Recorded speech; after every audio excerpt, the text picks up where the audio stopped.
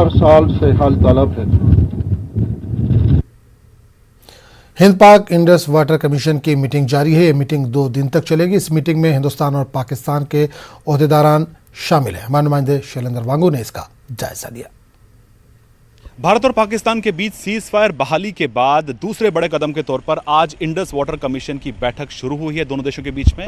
दिल्ली के इसी 5 सितारा होटल में यह बैठक आज सुबह 10 बजे शुरू हुई, जिसमें दोनों देशों के अधिकारी और इंडस वाटर कमिश्नर्स मौजूद हैं और 2 दिन तक ये बैठक चलेगी।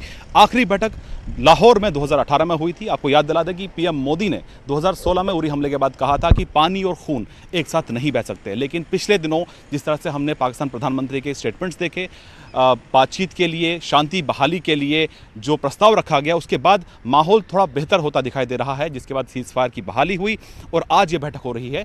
उम्मीद ये की जा रही है कि इस बैठक के बाद अगर ये बैठक पॉजिटिव नोट पर खत्म होती है तो जाहिर तौर पर एक अच्छा माहौल बनेगा और आने वाले दिनों में दोनों देशों के रिश्तों को लेकर और अच्छे कदम उठाए जा सकते हैं।